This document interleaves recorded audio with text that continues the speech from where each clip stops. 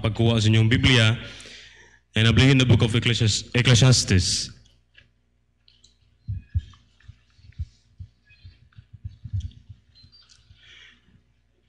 Ecclesiastes chapter 12, verses 8 to 13. Yang yung mo sa pagpanindog, isip pagrespeto sa pulong sa Dios.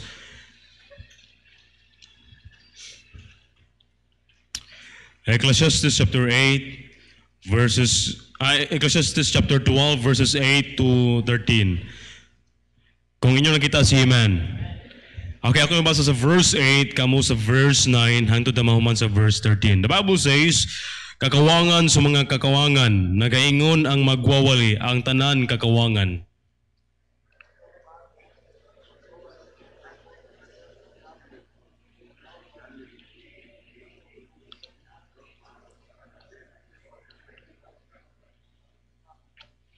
Verse 10, ang magwawali naningkamot sa pagkaplag o gikahimuot nga mga pulong o kadtong gisulat na matulid bisan mga pulong sa kamatuoran.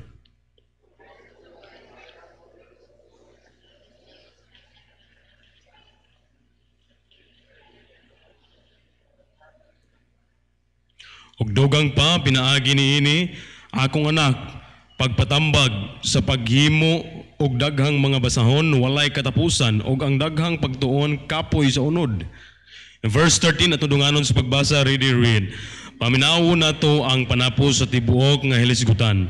Kahadloki ang Dios og bantayi ang iyang mga kasuguan kay kini ang tibuok nga katungdanan sa tawo. In Proverbs chapter 13 verse 8, gingon ri ang pagkahadlok kang Jehova maoy pagdumot sa dautan. Ang pagkagarbuso og pagkamapahitason og ang dautan nga dalan og ang mabinalit aron nga baba maoy akong ginadumtan. Magampo ta.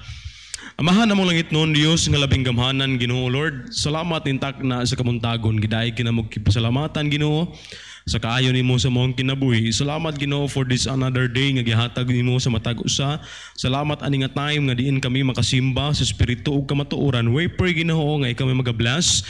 Kamita ko Ginoo isip instrumento lamang sa pagpasabot sa imong pulong. Tuguti Ginoo nga ang balang espiritu magpasabot Ginoo siya nga pamaagi nga ang imong pulong masabtan nila mahanog mo penetrate silang kasing-kasing gunahuna nga diin maaplikar sa ilang matag-adlaw nga pagkinabuhi amahan. Una Lord, una tanan Ginoo pasaylo ami sa mga sala nga nabuhat Ginoo nga diin ikaw wala malipay hugasi mi pinagi sa imong bililin nga dugo nga giulak dito sa cross tabangi matag-usa nagpremyo amahan ilabi na Ginoo sa mga Kristohanon nga nagpadulong pa lang diri ikaw magauban kanila nga safety ang ilang pag-abot busa Ginoo this morning gi-claim na mo na kung kadaugan di lamang si imong ngalan sa ngalan ni Jesus. Amen and amen. Makapanglingkod.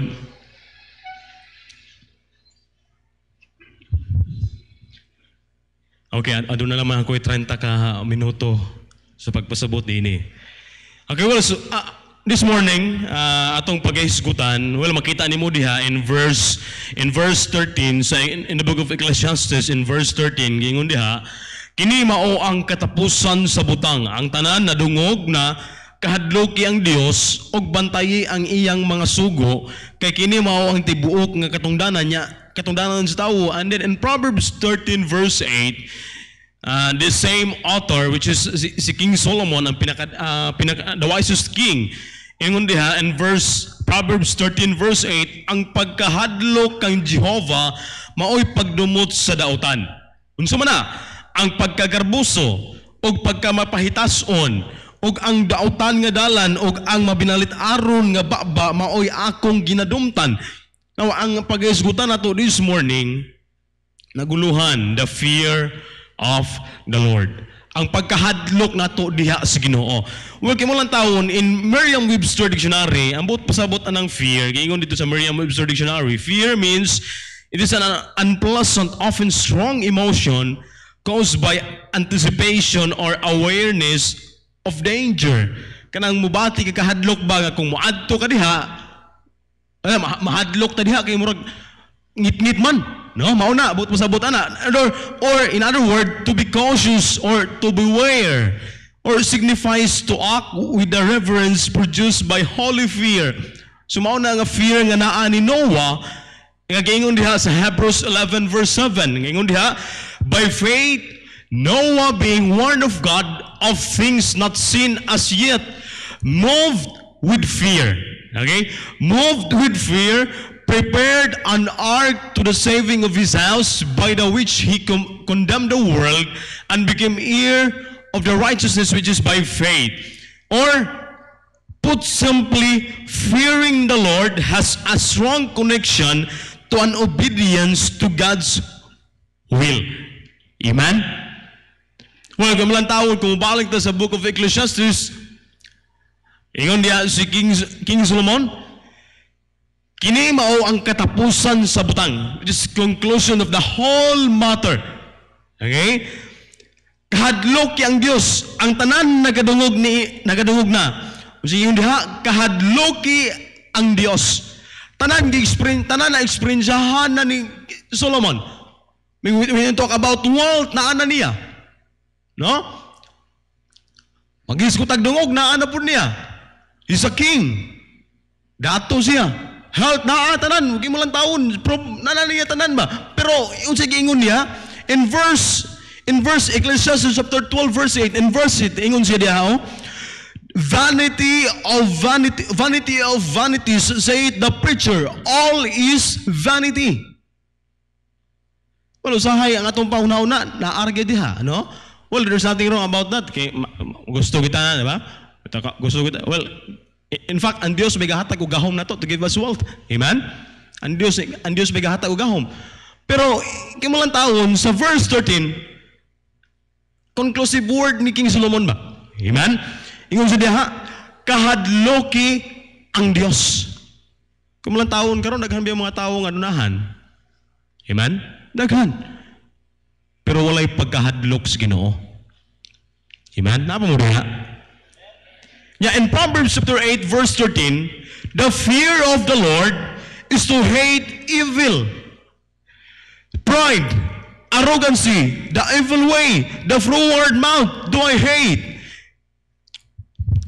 Now, in Deuteronomy chapter 10 verse 12, ato lang tawo na, nag-isgot karon mahitungod sa pagkahadlok diha sa Ginoo. In Deuteronomy chapter 10 verse 12, ingon diha, and now Israel, what doth the Lord thy God require of thee? Una, unsa man? But to fear the Lord thy God.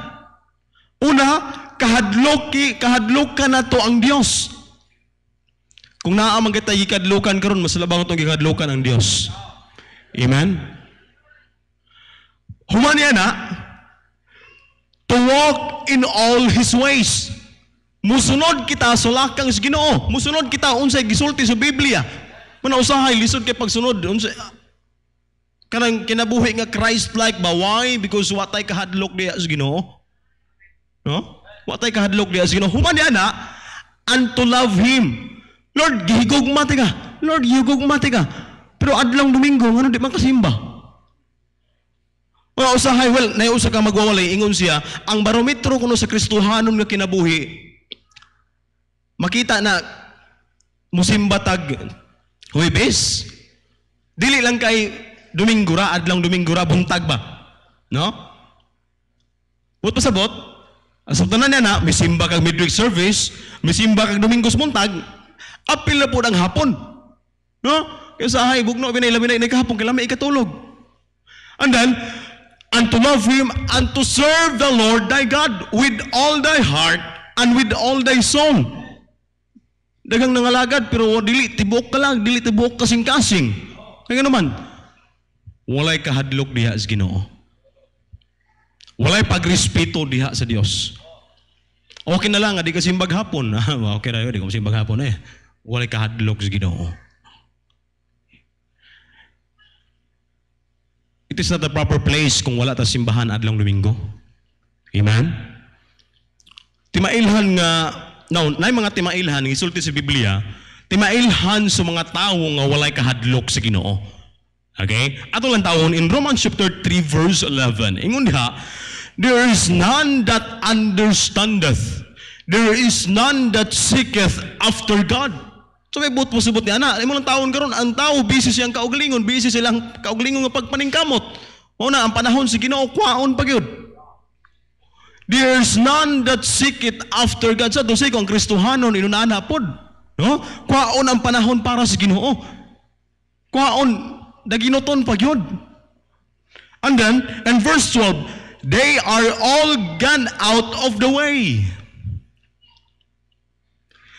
They are together become unprofitable. There is none that doeth good. No, not one. Amen? And then, in verse 13, their throat is an open sepulchre. With their tongues they have used deceit. The poison of asps is under their lips. Mao ning mga tao nga dili magbantay silang mga gipansulti. Kano man, walay kahadlok sa Ginoo. Laki isulti ka na ako na yun. Kasi, daot atong isi ka Kristohanon, mahadlok ta sa Ginoo, kastiguhon niya ta sa Ginoo ni. Walay kahadlok. Mao nang mga tao. Mao ni mga mailhan sa mga tao nga walay kahadlok diha sa Ginoo. And then in verse 14 to 15, whose mouth is full of cursing and bitterness. Nganong sayon raman nga makapanunglo, nganong sayon raman nga makapamalikas, kaya naman walay kahadlok sa Ginoo. Salamat nga nakabalutas kamatuoran, amen. Kitudluan ta sa Biblia. Mao nang di na ta mamalikas Kristohano, no? No? Nya usahay. Kanang lagi maanad, i-slide na lang pod ba? Slide na lang, no? Whose mouth is full of cursing and bitterness, their feet are swift to shed blood. Verse 16 to 18, destruction and misery are in their ways. Mao ganay paingnan sa tawong walay kahadlok diya sa Ginoo. Guba ang kinabuhi, magmiserable. Tuo kayang people, ayahay mo yung kanabuhi kung di na to tagaag pagtagad ang Ginoo. Wa tay kahadlok diya sa Ginoo, ikaw yung people, wa kay kahadlok diya sa Ginoo. Unsa paingnan sa kinabuhi? Destruction and misery. Guba og magmiserable ra gyud. Ngano sayon roman pagbuhat og sala? Kaya naman, walay kahadlok diya sa Ginoo. Sa paingnan, destruction and misery are in their ways. And then, and the way of peace have they not known. Wala gyud tinuod nga kalinaw. Gubot. There is no fear of God before their eyes. Walay kahadlok diya sa Ginoo. Mao na. Mao na nga mga tao. Mao ni mga timailan sa taong walay kahadlok diya sa Ginoo. Now, unbelievers don't care about God or others. They mainly care about themselves. Bitaw na nga daginuton pa gyud ang oras ba? Panahon para sa para sa Ginoo. And then they have not yet discovered that God judges their sins in this life and will judge their sins in the next life. Wala sila gauna-una ni ana ba? Wala sila atong hinumduman nga atong kinabuhi nining kalibutan na lumalabay lamang. This world is not our home. Amen? But ang mga unbelievers kanang walay Ginoo, walay kahadlok diya sa Dios, wala sila, they don't have not yet discovered that God judges their sins in this life and will judge their sins in the next life. They don't think that they'll be cast into the lake of fire, nor do they appreciate the horrors of hell. Bahalag na imperno, brad. Basta hiya itong kinabuhi dire. Bahala na riha. Nor the statement, it is a fearful thing to fall into the hands of the living God. Pagkahadlok niya na. Na ikaw karon kalingkod ka diha or wala ka na sayod sa imong kaluwasan, hadlok ka na nga butang. Salamat ang na Biblia. Amen?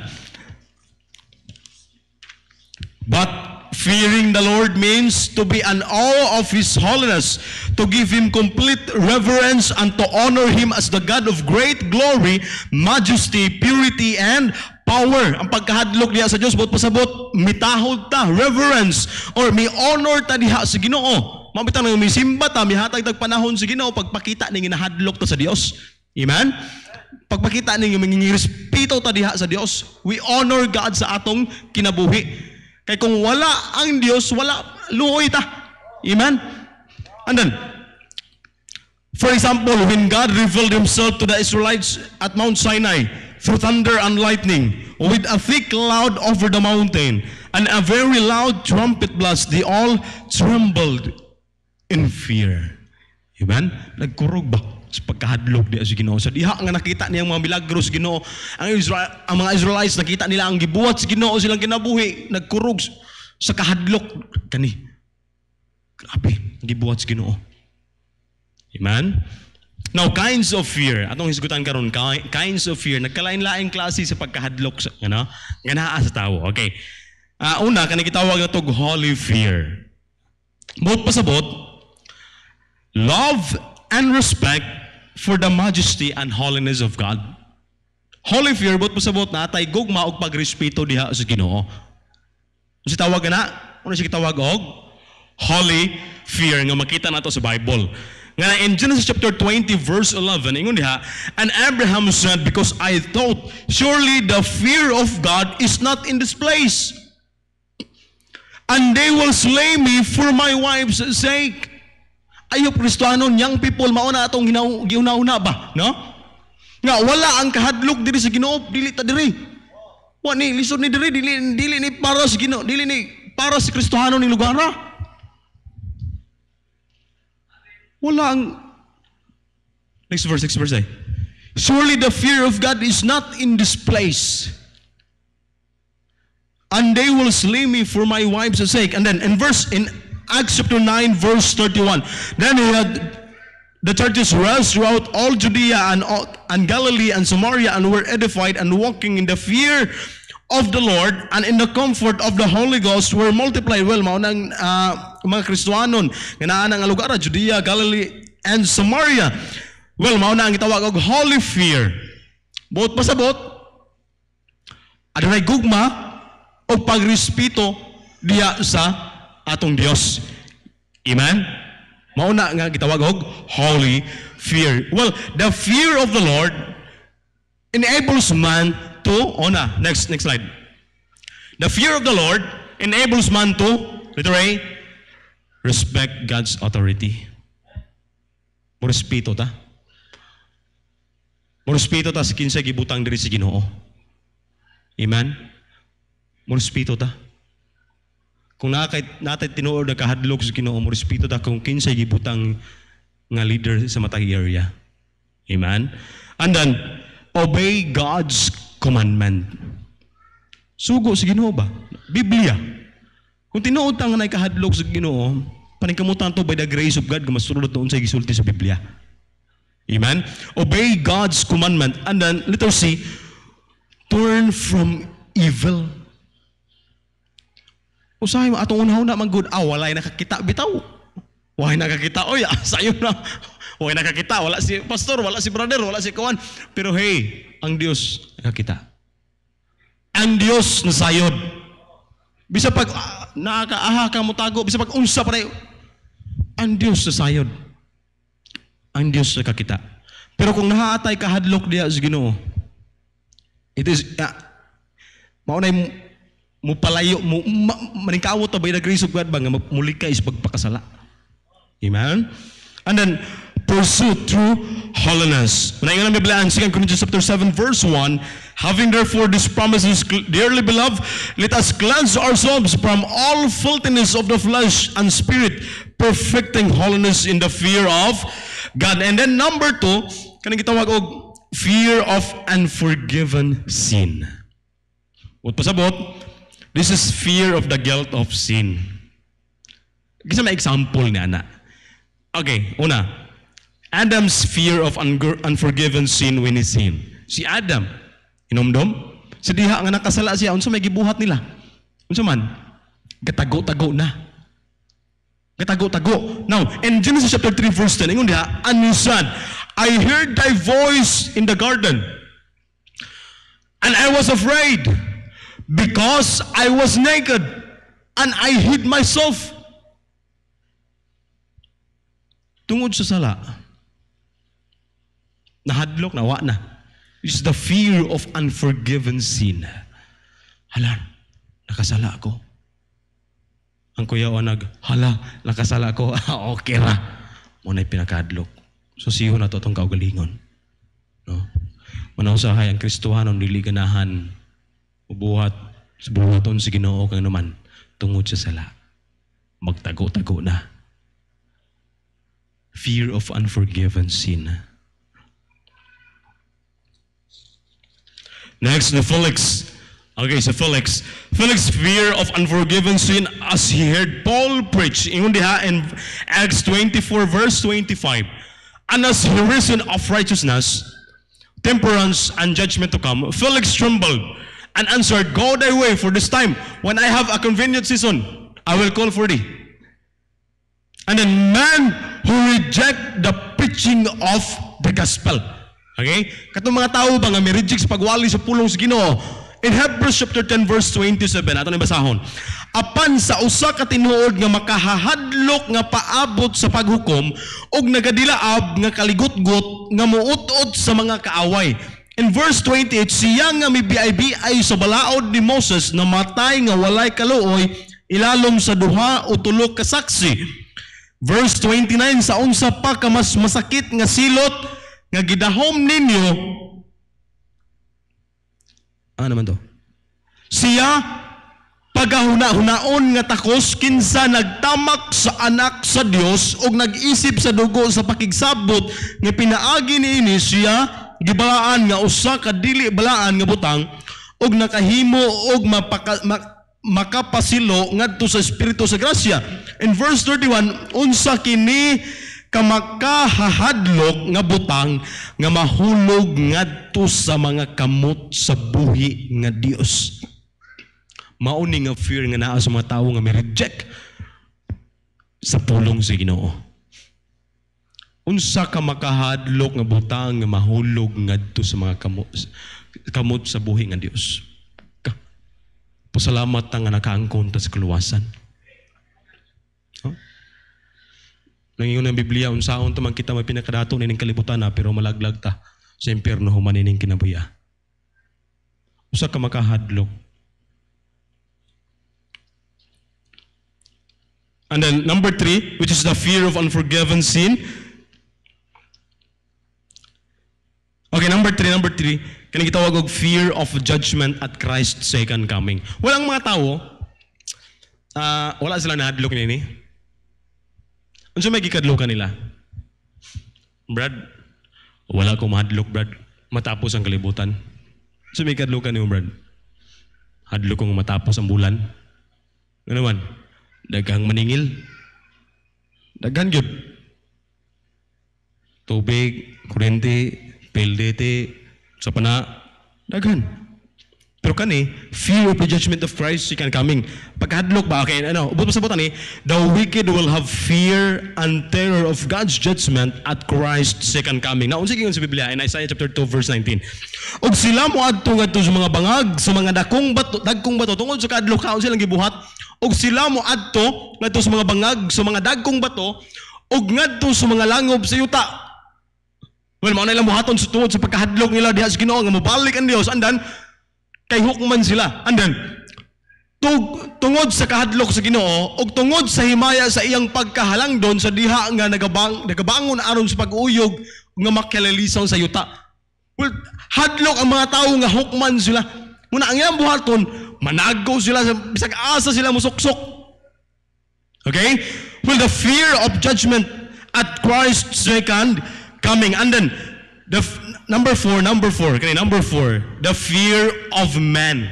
Okay?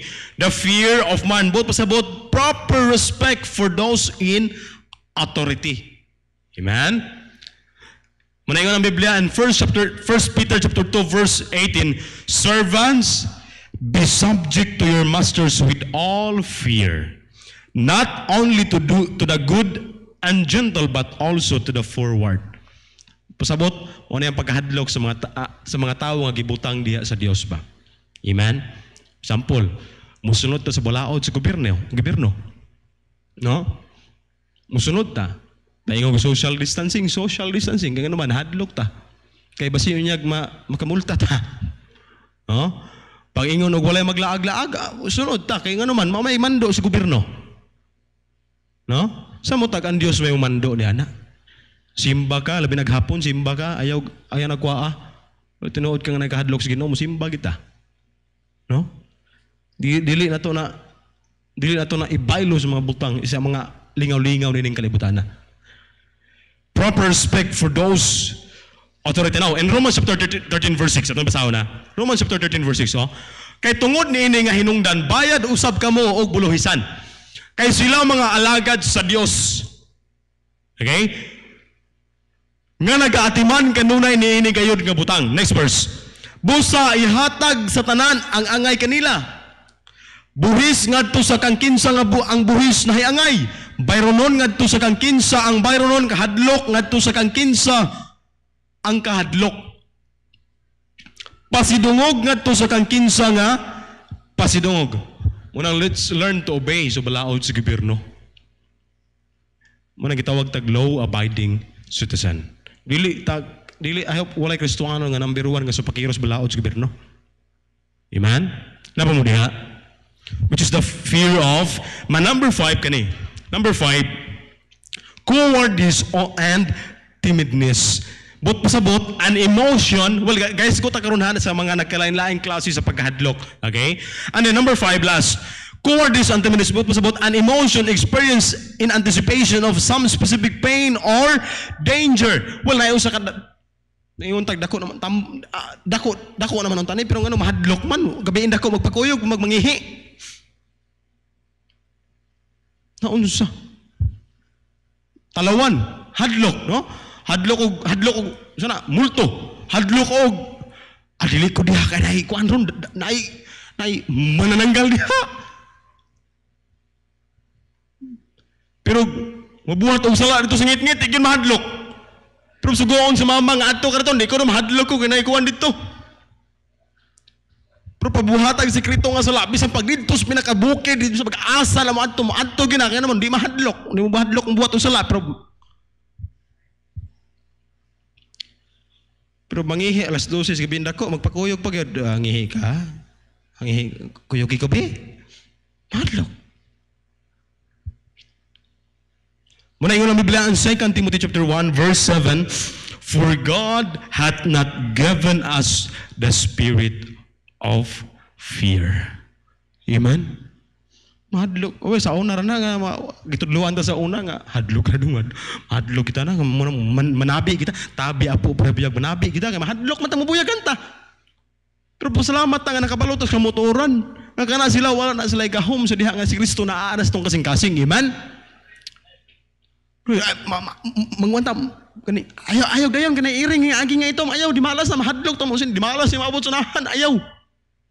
Abi taw Kristiyano sa una. Brad, ano na si Gracia man ka, Brad? Naman ko to'y auto nga itom. Yung sunahan po na iring nga itom yagi. Utong na si Gracia ko. Ay, kadlok ka to. Wala man ha. Amen? In John chapter 14 verse 27, so may gihatag sa Ginoo rin na to. Peace I live with you. Amen? Di lang ka my peace I give unto you. Di kibilin, gihatag pa yun. Grabe. Not as the world giveth. Muna, ang kalinaw, dili ginato makaplagan ining kalibutan na naalamang diha sa Dios. Amen?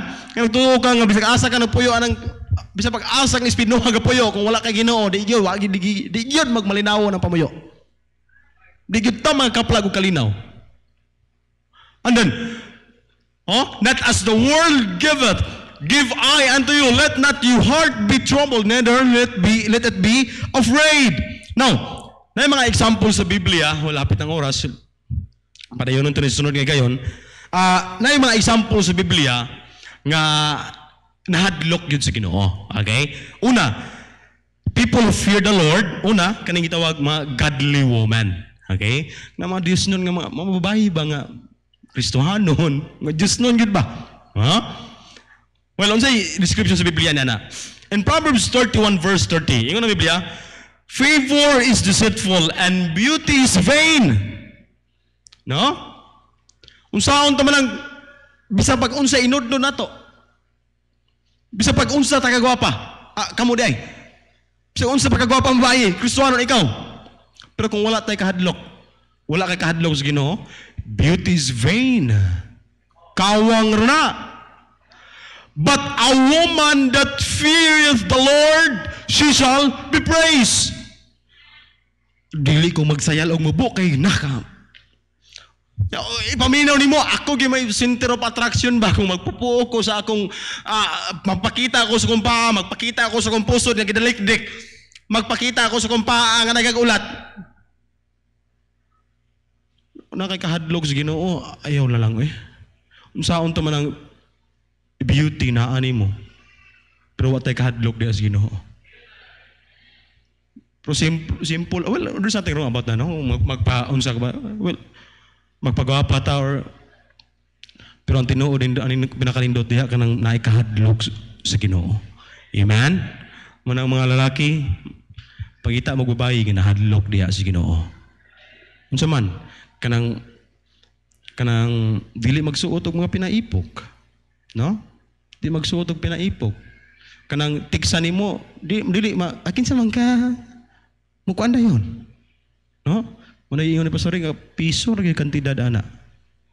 No? Godly woman. Okay, number two, si Jonah, okay? Si Jonah, unsa man ni Jonah? In Jonah chapter 1 verse 9, and he said unto them, I am an Hebrew, and I fear the Lord, the God of heaven, which hath made the sea and the dry land. And the next, number 3, si Joseph, okay? Joseph, in Genesis chapter, Genesis chapter 42 verse 18, si Joseph, and Joseph said unto them the third day, this do, and I live, for I fear God. Wala, grabe. Nakaresist siya sa temptation. Why? Naikahadlok sa Ginoo. Amen? Muna mga young people nga walay kahadlok sa Ginoo, agyad, mudool pas temptasyon. Kristohanon nga walay kahadlok sa Ginoo, mapay mag-una-una, mapay manghagit, mapay mangagda. Okay ron tang ngagda ba nga, Brad, apil tag choir, Brad. Agdahon po, Brad, inom ta, Brad. Ano naman, walay kahadlok sa Ginoo. Wala ka mahadlok sa bunal sa Ginoo. Kung tinuod manggalita nga anak sa Dios, wa tay lain kung naman kita gikadlokan, mas labaw na itong kadlokan ng Dios. Amen? Naingon ang Biblia, ayaw kadloki ang patay si mong lawas, kadloki ang mulaglag si mong kalag.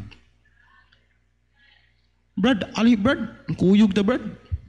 Aman ta, Brad. Disko ta. Wa ka mahadlok sa Ginoo, malubaan ka dito.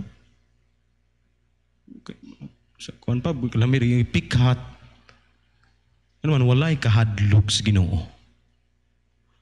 Tinuod nga anak sa Dios kastiguhon gyud na kung magpabadlong. Pero kung naatay kahadlok diha sa Dios, maglikay ta ang butanga. Naanas tong una ba, no? The fear of the Lord is the beginning of wisdom. Amen.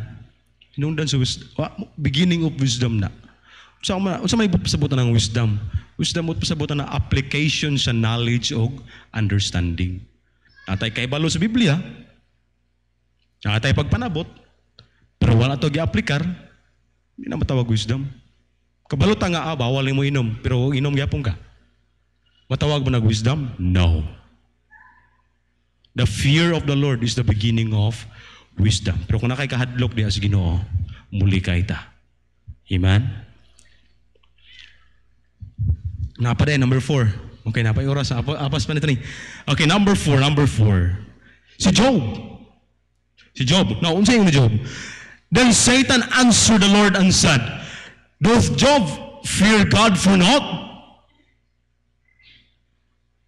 Kani si Job, nahadlok naman ni mo Lord kay gipanalanginan man ayo nimo.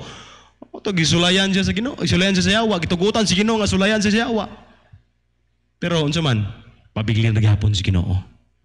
Manang Kristohanon bisa pag naay pagsulay sa kinabuhi kung natay kahadlok diha sa Dios magpabilin ra gyapon ta. Amen. Mahadlok mo ta sa Yawa. Ang ayaw tong kadlokan ng Dios. Amen. Pasabot pagkadlok, pasabot na ato na kita'y pagrespeto o pagtahod sa Dios. Amen. Munang ayaw kwa ang panahon nga para sa Dios. Ayaw ibaylo sa lingaw-lingaw nato. Di ko mo simbag hapon kay okay ra siguro ni atos ta kon ta ayaw. Kung nakay kahadlok sa Dios basi unsay may tabo ano to dito. Amen. Nabang mo diha. Manang oras naman, tapuson to ni. Padayonon to ni sa sunod nga higayon. Magampo ta, Lord, salamat sa imong pulong. I pray, amahari nga katong nga pulong nakaparimain ka na mo. Sa ngalan ni Jesus. Amen and amen.